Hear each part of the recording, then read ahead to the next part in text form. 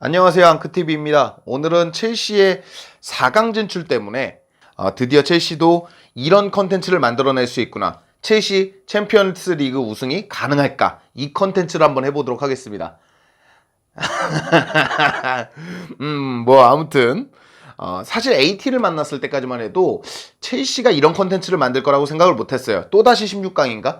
이런 생각을 했는데 첼시가 포르투도 넘으면서 8강에서 드디어 레알 마드리드를 만나고 이 고비만 넘기면 결승전까지 가게 됩니다. 그러니까 가능한 이유와 불가능한 이유를 동시에 말씀드릴 거예요. 아무래도 첼시 팬이면 가능한 이유에 대해서 좀 많이 궁금해 하실 거고, 첼시 팬이 아니시거나 첼시의 좀 가능성을 적게 보시는 분이라면은 조금 불가능한 이유에 관심이 많으실 텐데, 그런 거에 대해서 하나하나 좀 객관적으로, 뭐 농담으로 할 수도 있지만 좀 객관적으로 보도록 하겠습니다. 바로 보겠습니다. 자, 가능한 이유 중에 최상단에 놓을 수 있는 건 일단 수비력입니다. 이게 맨시티, 레알, 그리고 이제 파리 생제르맹, 첼시입니다. 확실히 첼시가 실점이 적습니다. 그걸 놓고 봤을 때 이게 토너먼트는 수비 싸움이거든요. 원정 다득점이 있다 보니까 아무래도 적게 먹히고 어떻게든 한 골을 넣는 팀이 계속 올라갑니다. 실제로 AT를 만났을 때, 포르투를 만났을 때 우리가 되게 많은 골을 넣은 건 아니거든요. 포르투를 만났을 때는 이제 2골이 다잖아요. 한 골 먹혔고, AT를 만났을 때는 3골이 답니다. 한 골 먹혔고, 이런 식이기 때문에, 그러니까 상대를 완전히 짓눌러 버리면서 올라온 건 아닌데 수비로 숨막히게 하면서 올라온 건 맞습니다. 거기다가 이제 아스필리쿠에타, 텐센, 리디거, 실바, 주마까지 이 센터백의 3백을 구축하는 라인들이 기복 없이 잘해줍니다, 다들. 주마가 조금 아쉬울 때가 있다 그러면 이제 텐센, 실바, 아스필리쿠에타가 잘하고 리디거까지 잘하기 때문에, 거기에 요즘 양쪽 풀백에서 제임스하고 치렐이 두드러지고 있거든요. 한동안은 알론소, 오도이가 좀 두드러졌다면 파이널 서드에서 좀 공격력을 보여줘야겠다 싶을 땐 알론소, 좀 공수에서 빠른 전환, 그리고 요즘 공격력도 나쁘지 않으니까 치렐, 여기도 마찬가지고요. 그래서 조금 전체적인 5명이죠. 3백까지. 이 5명의 이 조합들이 너무 좋다, 이렇게 볼 수가 있고, 두 번째는 투엘입니다. 사실 이게 16강에서도 투엘이 장점이고 8강에서도 투엘이 장점이라고 얘기 드렸기 때문에 4강에서 역시 4강에서도 역시 투엘이 장점이라고 볼 수 있습니다. 이 투엘 감독은 지난 시즌에 준우승을 시킨 감독이기도 하고, 현대 트렌드에서 이만한 전술가를 찾기가 쉽지 않습니다. 클로, 펩, 나겔스만보다는 좀 경력이 더 많고 좀 빅클럽을 많이 이끌었었고, 사실 이제 뒤에 설명드리겠지만 첼시 스쿼드가 조금 경험이 부족합니다. 이거는 뒤에서 설명드리겠지만 그 경험을 어느 정도는 채워줄 수 있는 게 또 이제 감독이다. 축구는 조금 감독 노름이 있으니까 감독이라고 볼 수 있고, 투엘 감독이 와서 실제로 첼시가 많은 변화를 겪고 있습니다. 좀 램파드 체제에서 부침을 겪었던 걸 그대로 반등시키면서 4강까지 오게 만들었던 장본인 중에 하나이기 때문에 투엘은 충분히 장점에 들어갈 수 있을 거라고 생각합니다. 투엘 부임하고 수비 먼저 손을 받고 지금 미드 손 보는 중이고, 공격진 아직 손 못 댄 느낌. 맞아요. 공격진은 손을 못 대는 게 아니라 갖고 있는 자원들이 다 못해요. 이건 냉정하게 가야지. 지루, 카미, 베르너, 하베르츠, 플리식, 마운트, 지에르, 오도이까지. 여기 중에 믿을만한 게 마운트 하나 정도인데, 직전에 이제 투엘이 이끌었던 전력들을 본다 그러면 과연 만족할 수 있는 부분이 있는가 싶어요. 뭐 이카르디, 네이마르, 음바페, 그리고 디마리아. 이런 자원들을 쓰던 감독이기 때문에 여기서 지금 이들을 이길 만한 선수는 없다고 봐요. 양은 더 많지만 저는 가장 맞아요. 노련한 선수가 없어요. 그러니까 지루가 있고 지에우도 이제 짬 좀 있고, 왜냐면 지에우도 이제 챔스를 좀 해봤잖아요. 근데 너는 노련한 선수가 없냐? 그거는 뭐냐면 승부를 결정지어주는 노련함이라는 게 있어요. 제 개인적으로 대표적인 선수가 뭐 옛날에 이제 호날두나 르니나 드록바나 이제 앙리나 이런 선수들 있잖아요. 너무 옛날 선수만 얘기해서 카바니나 이런 선수들, 뭔가 나이를 떠나서 그 경기를 순간적으로 뒤집어 줄 수 있는 자원이 필요한데, 지금 첼시는 그런 자원은 없어요. 심지어 4강 2차전에는 그걸 토레스가 하면서, 이거를 이제 900억 결승골이라고 하죠. 일시불골. 예. 이걸 그렇게 표현을 하죠. 이런 느낌. 토레스 일시불골 딱 좋은 예가 있네요. 토레스 일시불골처럼 상황을 완전히 뒤집어 줄 수 있는 핵심 카드가 없다라는 거. 첼시즈 아자르도 있고요. 맞습니다. 그리고 세 번째가 뭐냐면 글쎄요, 이제 젊은 스쿼드예요. 젊은 스쿼드. 뎁스와 젊은 스쿼드를 동시에 볼 수 있는데 뎁스는 단점이자 장점입니다.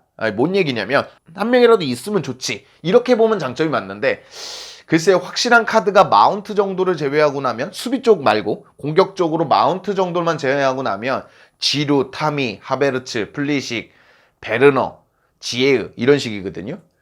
뭐 하베르츠가 최근에 제로톱이 된다고는 하지만 될 때 있고 안 될 때 있고 플리식도 조금씩 살아나고 있지만 예전만큼 이렇게 경기를 책임져주는 느낌은 아니고 지루타미는 득점력이 좀 아쉽고 베르너 부진하고 있고 그렇다 보니까 꾸준히 기량을 보여주는 게 마운트 정도인데 마운트는 또 이제 챔스 경험이 좀 부족하다 보니까 전체적으로 뎁스는 장점이 맞습니다. 여러 가지 전술을 다양하게 쓸 수 있다라는 장점은 분명히 있지만 장점이다 단점 그대로 늘 겁니다. 스쿼드는 장점이다 단점이라고 볼 수 있을 것 같습니다.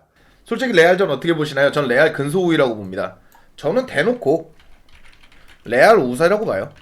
4강 대진이다 보니까 4강은 모른다라는 프레임 때문에 첼시가 어느 정도는 우세하다 이렇게 보는 것 같은데 저는 멤버십 가입 환영합니다. 감사드립니다. 저는 대놓고 레알이 우세하다고 봐요. 크카모 vs 그러니까 조코 누가 더 우세냐고요? 크카모가 우세죠.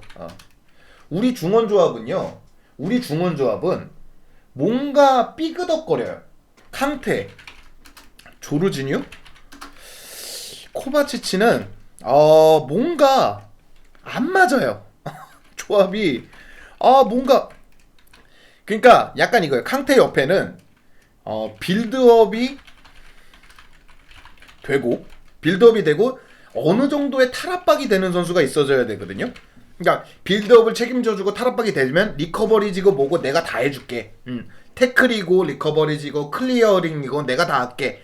이게 캉테고요. 조르지뉴는 어느 정도 빌드업은 되면서 막아줘야 돼요. 수비가 돼야 되거든요. 그러니까 빌드업이 어느 정도 돼서 나한테만 이렇게 압박이 들어오지 않게 해줘야 되거든요. 코바치치는 괜찮아. 다 괜찮아요. 전진성은 내가 맡을게. 전진성은 내가 맡을 테니까 너는 수비도 괜찮아. 수비도 괜찮은데 어느 정도 패스 길을 만들어줘. 이런 선수가 필요한데 그래서 조르지뉴하고 코바치치가 그나마 자주 나오는 거거든요. 근데 칸테의 능력이 코바치치한테 어느 정도는 들어가 줬어야 되는데 그것도 아니고 그게 아닐 거면 칸테의 능력이 조르지뉴 쪽으로 어떻게든 들어갔어야 되거든요. 그래서 한동안은 조코캉이 나왔죠. 그냥 다 나와라. 잘 뺏어오는 것도 다행이지만 그렇기 때문에 밸런스 면에서는 크카모가 훨씬 좋다고 봐요. 레알 이렇게 봐도 여기가 1일걸요? 자, 그러면 이제 힘든 이유를 봐야겠죠. 레알 마드리드를 비교하면서도 볼 거고 맨시티, 파리 중에 올라오는 팀을 놓고도 볼 겁니다. 4개 팀을 다 보겠다는 얘기죠. 자, 레알을 놓고 본다 그래도 레알 같은 경우에는 챔피언스 리그를 3연패한 팀이에요. 그리고 챔스를 못 나갔던 시즌이 글쎄 아주 옛날로 가지 않으면 없던 팀이기 때문에 꾸준히 챔스를 나갔습니다. 근데 첼시는 이게 벌써 7년 만이지 않습니까? 4강에 간지. 결승을 가서 우승하면은 벌써 10년 만이기 때문에 글쎄요, 한동안 챔스 우승권에서 많이 멀어져 있었던 팀인 건 자명합니다. 첼시는 유로파 우승을 하기도 했고 그 얘기는 유로파를 갔다는 얘기잖아요. 아예 챔스 유럽 대항전에 참가해보지도 못할 때도 있었고 콘테 감독 시절에 그렇기 때문에 저는 솔직히 말해서 2014, 15 이때 이후로는 좀 챔스권에서 많이 멀어진 그런 팀이 아닌가. 그렇기 때문에 경험이 좀 부족하다. 실제로 지금 첼시 스쿼드에서 챔피언스 리그 우승을 경험한 선수는 없습니다. 티아고 실바도 제가 알기로는 못한 걸로 알고 있기 때문에 첼시든 아니든 첼시에 있었던 아니든 챔피언스 리그 우승을 경험한 선수가 없기 때문에 투일 역시 마찬가지고 이런 경험 부족은 분명히 4강과 결승에 조금 장애물이 되지 않을까라는 생각을 합니다. 드록바, 램파드 뭐 이런 선수가 있었던 11-12 시즌에는 그래도 챔스를 4강, 결승 뭐 결승에서 미끄러지기도 했지만 그렇게 계속 올라가 봤던 경험이 있는 선수들이 이렇게 우승을 시켰던 거에 반면에 그러나 지금 있는 자원 맨디도 그렇고 아스필리쿠에타, 리디거, 텐센, 뭐 실바가 됐든 치루엘 그리고 제임스 뭐가 됐든 좀 챔피언스 리그 경험이 부족하다는 건 치명적인 약점일 수 있습니다. 언더독이 4강, 8강까지는 잘 오거든요.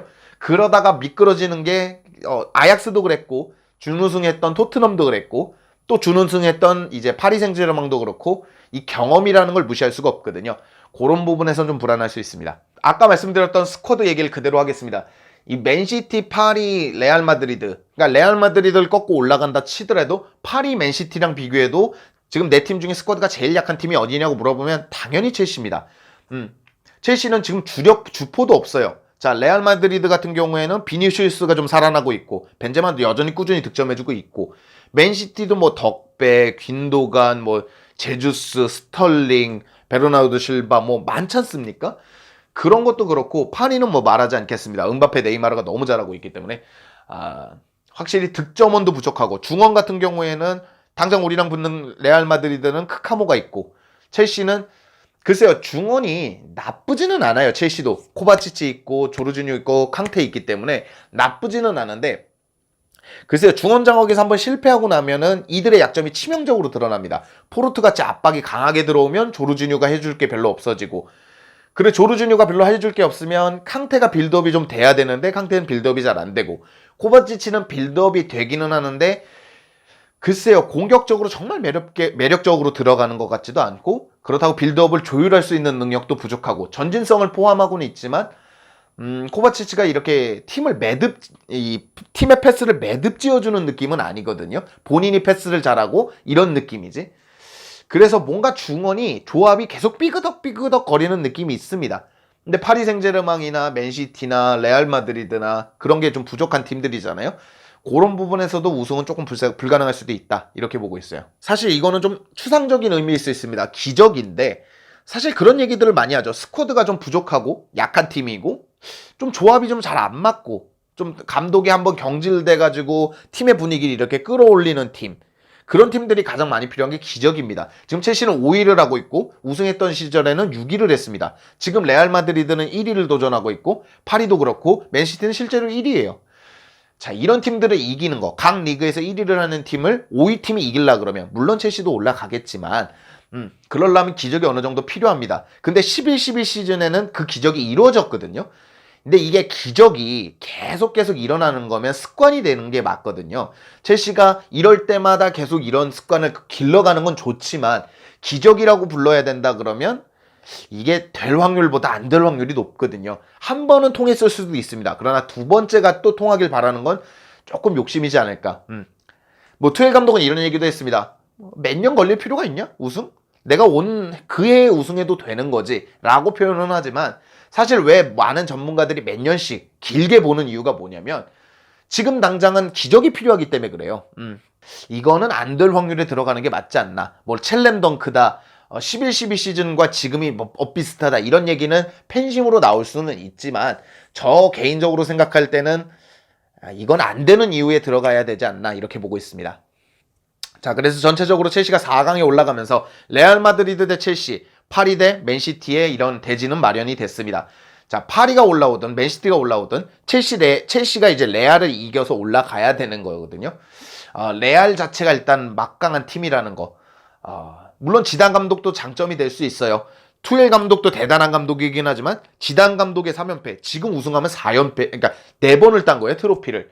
이런 감독이기 때문에 감독은 감독 싸움은 비슷하다고 보고 레알이 스쿼드는 더 좋은 것 같은데 수비력은 첼시가 더 좋은 것 같고 뭐 첼시가 완사이드하게 깨질 것 같다 이런 얘기를 드리고 있는 건 아니에요. 그러나 될 이유보다 안 될 이유가 많다. 언더독이니까. 개인적으로 저의 이제 초과 달성은 8강이었습니다. 16강만 일단 넘자. 왜냐면 자꾸 16강 문턱에서 탁탁탁 막히니까 16강은 넘자 그랬는데 일단 그걸 넘어섰습니다. 거기다 또 넘어서면서 4강까지 왔잖아요. 그래서 기쁜 나날들을 보내고 있지만 첼시가 더 높은 성적을 냈으면 좋겠죠. 사실 냈으면 좋겠기 때문에 이런 영상을 찍어봤습니다. 자, 첼시가 4강을 넘어 결승을 넘어 우승할 만한 이유도 말씀을 드렸고 안 될 만한 이유도 말씀을 드렸던 것 같습니다. 오늘 영상은 여기까지고요. 즐겁거나 유익하셨거나 도움이 되셨다면 당신의 구독을 기다리겠습니다. 감사합니다. 비기어라.